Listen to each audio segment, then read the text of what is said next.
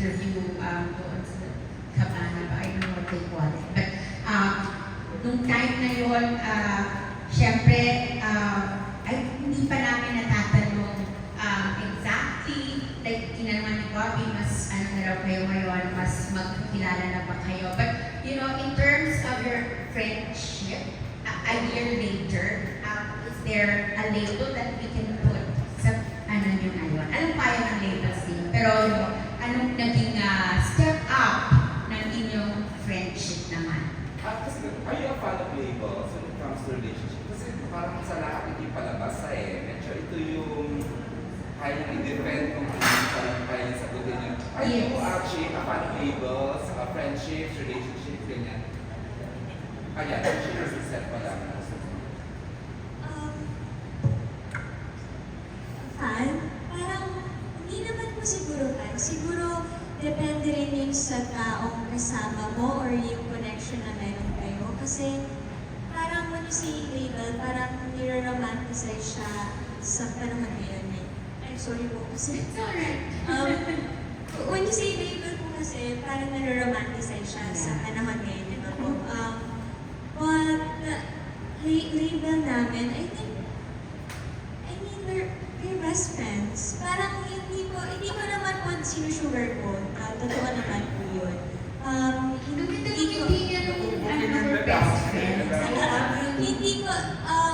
Hindi naman po namin masabi if parang more than that or maybe.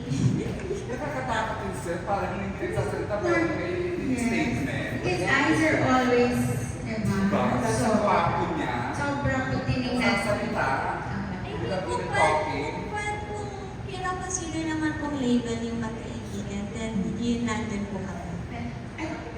Baka mali, maybe I should, okay ba yung sinasabi ni Seth maybe I shouldn't, let's not use the word label. Sige nga.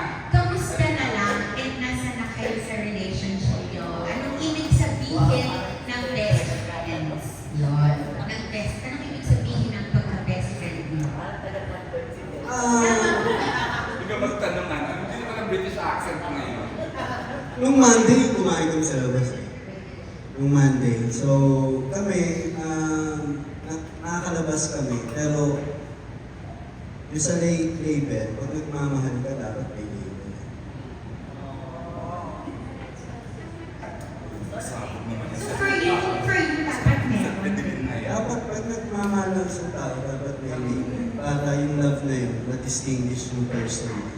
So, if it were up to you, ano yung label nyo ngayon? May pagmamahal ako para sa kanya, pero yung yung kami as mag-jowa, hindi ko namin minamadali yung mga meron kami nag-uusap kami. Napag-usapan, yun ang sasabihin ko, yung label namin, napag-usapan na namin yung ganun bagay. Kami kasi yung magmamadali. Napag-usapan na po namin yung ganun bagay. Magiging honest na po kami nang nasa 20s na rin kami, so napag-usapan namin yung ganun bagay. Kaya alam namin kung nasaan kami at alam namin yung track na meron at yung timeline. May timeline kami sa isip at sa isa't isa at sa aming dalawa. So pag dumating yan kasama ng press, kasama niyo ang press na share niyo sa amin yan na when the time comes, sa timeline niyo, I-announce. i-announce sa Sama amin na na. kami. Okay. Kasi nakatingin lang, we've been following. Pag nangyari yun, siyempre ako pinakamayabang. Yeah. Mahirap talaga ang press na walang briefing kasi tingnan mo, nasa corner. Hindi ka kasi na-briefing. Only because, of course, kayo, I mean, I think especially after my future you, lahat naman kami, we really felt yung, they say on screen chemistry, but totoo naman na-develop talaga yan. So, it's great that your relationship is also improving and it's nice to know that. This is of course a horror film and syempre ang hanap, obviously dahil nasa tanong ko, ang hanap ng tao sa inyo is kakilig. Kasi nakakakilig naman kayo. Can you say that your episode of Rock and Roll is the one that has that love angle na component naman para makilig din naman ang mga fans ninyo? O puro katatakutan ba ito? Yun nga po,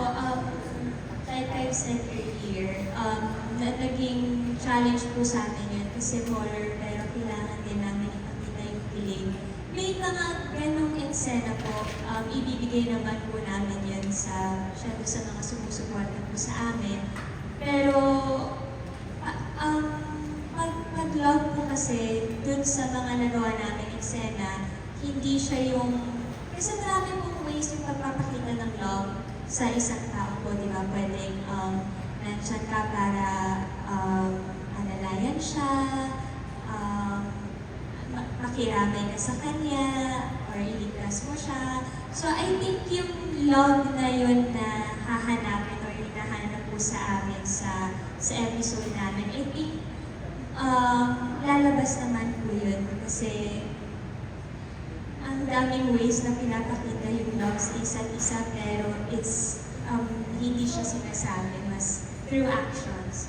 So I would say, yes po, may love sa episode.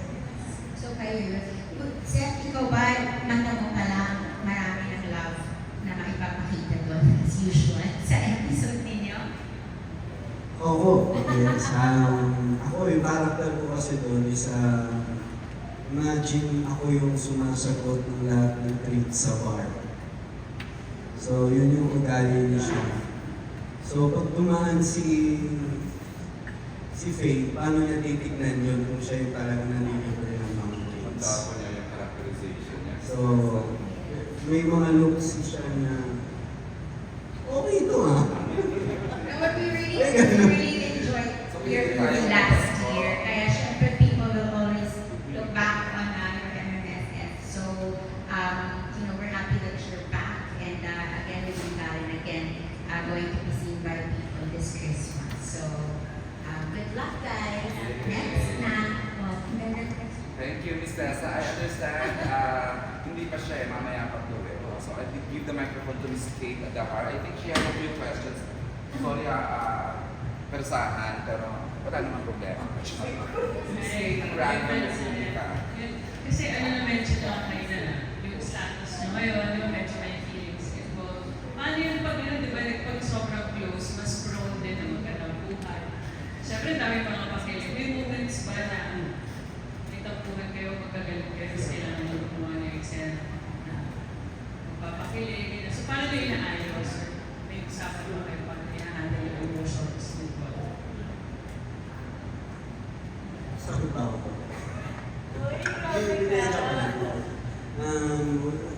Nagkakatampuhan, totoo po yan. Kasi yung totoo kami sa isa't isa eh. So, pag nasaktan, pag may tampo. So, yun. Paano nyo inaayos? Pag sabihin, paano nyo ginagawa? Kasi inaayos ko or Kailangan po namin gawin yun. Kahit anong mangyari, kung ang problema namin sa isa't isa, hindi dapat pumapasok yun kung paano kami magtrabaho. And yun ang sa tingin kong edge namin. Na kahit gawin namin yung isang eksena, kahit may nararamdaman kami, hindi lang tampo sa isa't isa or off lang ako, off din siya. May pinagdadaanan. Kaya namin gawin yung isa. At paano namin tinitreat yung mga small pagkakaintindihan or small off days, after ng trabaho, make sure order ng food, kakain ng sabay. Ikaw yung laging kayo. Paano ka naman siya, or order niya ako ng kape, yung gising ko, yung sa bahay, may problema, or may hindi pagkakaintindihan, okay. Fries and coffee. Mabilis na yung inaayos niyo, mabilis na, within the day, ayos agad. sinuna lang sa story. Pinapractice po namin yung gano'n. Yes. Na wag patagalin. Pinapractice namin, and then yung yun nga, yung hindi nasisingit sa trabaho yung gano'n, especially sa trabaho talaga. Way yun para ipakita, at hindi na kami magsasuffer yun. Kawawa yung kasama namin. And ayaw namin na ang problems namin, sobrang ano kasi namin, sobrang 100%, pero we're private kasi talaga na individuals.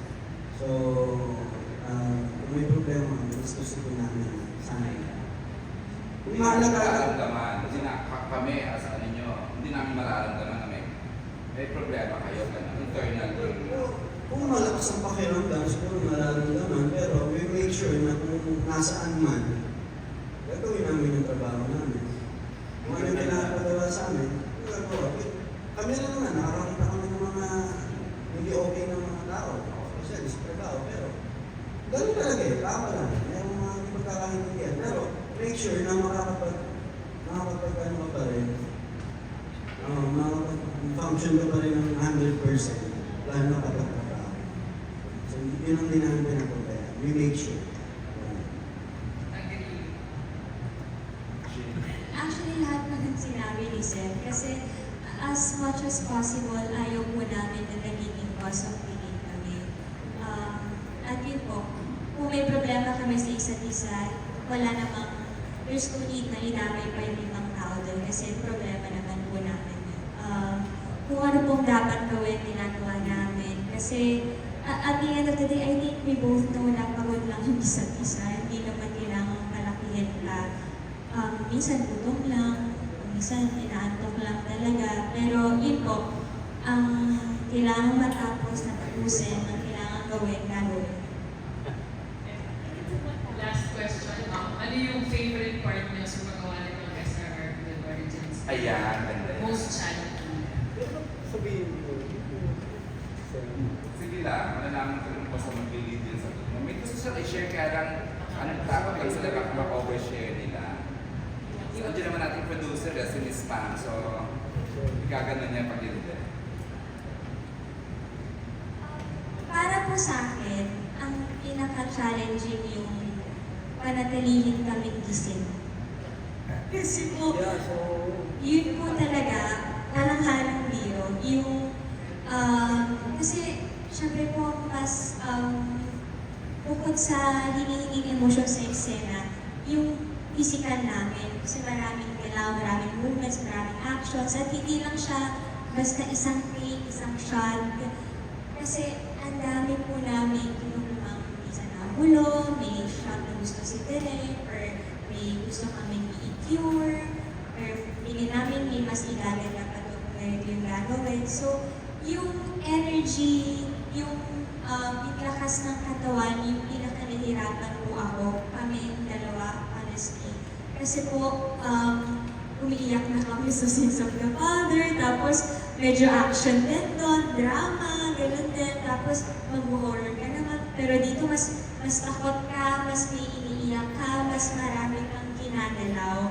So para po sa akin, yun ang pinaka-naging challenging eh, yung panatilihin at best shape pa rin yung katawan, yung mind and body ko, yung lahat, yung energy, yung laging nagising at hindi mo rin idadama yung mga tao sa pagiging mo na inaano ka. Yun. Hirap yung mga pantiling. Yeah. May time na kay Miss Pam na sabi na ako, Miss Pam. Miss Pam. Yeah, tapos sabi ni Miss Pam ako, sa last natin na talagang hindi rin namin. Talagang ano mo yun na thankful kami kasi kami yung kasama namin. Diba? May natural lang naman sa isang proyekto, may mga hassle days. May mga nagbabago na kahit plakado na, meron pa rin nagbabago. So, alam mo yun na may mga ganon bago nandiyan kasama talaga. Mental health kasama talaga. Physical, emotional kasama. Pero thankful lang kami na yung mga taong nakasurround sa akin. Nakakaintindi. They're human being. Iba na rin talaga sila sumakot ng skate, ano? Parang Bronx Squad days pa lang, parang mga kalaro lang sila. Kasi nag-ano talaga ako ay Miss Ma'am.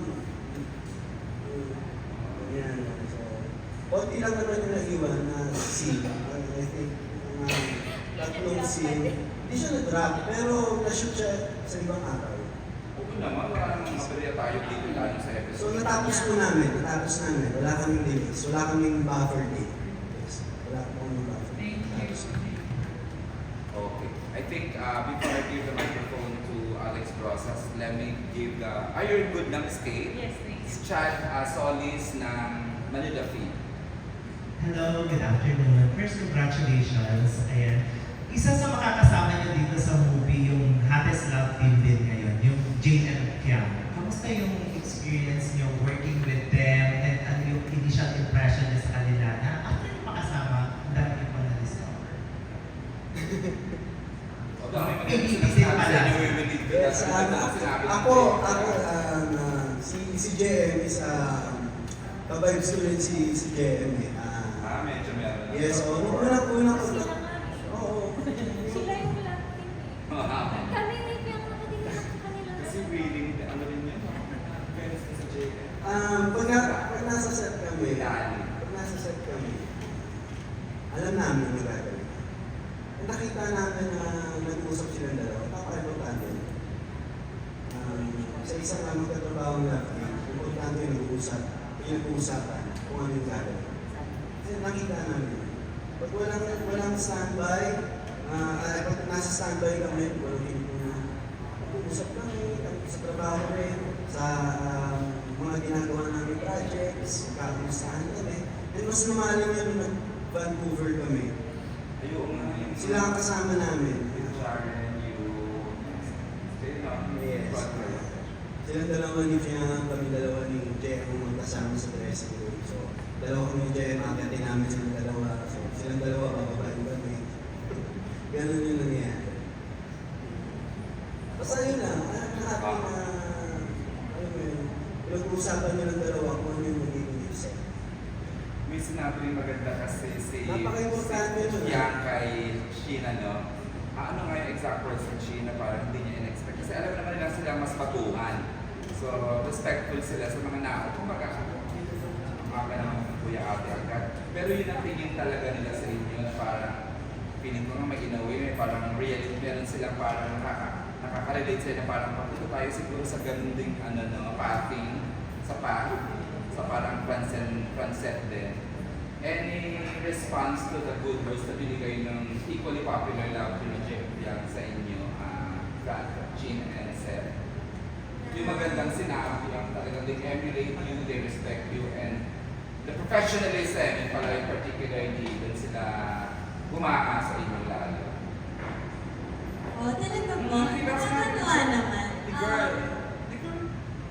Professionalism, I think it's more of respeto po sa lahat. Respeto rin namin sa kanila, sa mga cameraman namin, sa lahat ng bumubuo ng ship natin na role sa episode po namin. Actually, ako na-amaze din ako sa kanila, lalo si Yang. Kasi merong isang eksena na parang kailangan iiyak siya. Tapos, alam ko gusto niyang gawin yung best niya kasi napapagod siya. So, may time na parang sabi ko, sige lang kung nagiging mo gawin to sa akin, okay lang. Yes, kasi alam namin yung pakiramdam ko na parang baka pag hindi ko nagawa to, baka hindi magalit, baka yung frustration na pag hindi ko nagawa, ano kayong sabihin ng mga kasama ko sa akin. So, sinabi ko lang sa kanya na hindi okay lang time, huwag mo kaming isipin, huwag mo din i-rush yung emotions mo. Kung nafe-feel mo na i-feel mo ko or mas paluin mo or mas wino ka, okay lang. Kasi kami po na natutuwa kami sa kung paano rin yung mga kasama namin at silang dalawa ni JM. Kasi hindi sila nandun para lang umarte, hindi sila pumupunta dun bilang as a love team.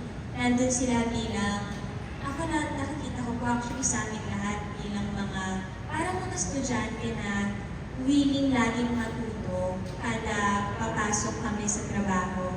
Laging curious to do something, paano po yung ganito, paano po yung ganyan, okay lang po ba to, okay lang po ba ganyan. So, ako po, I would say the same. Hinahangaan din po namin sila.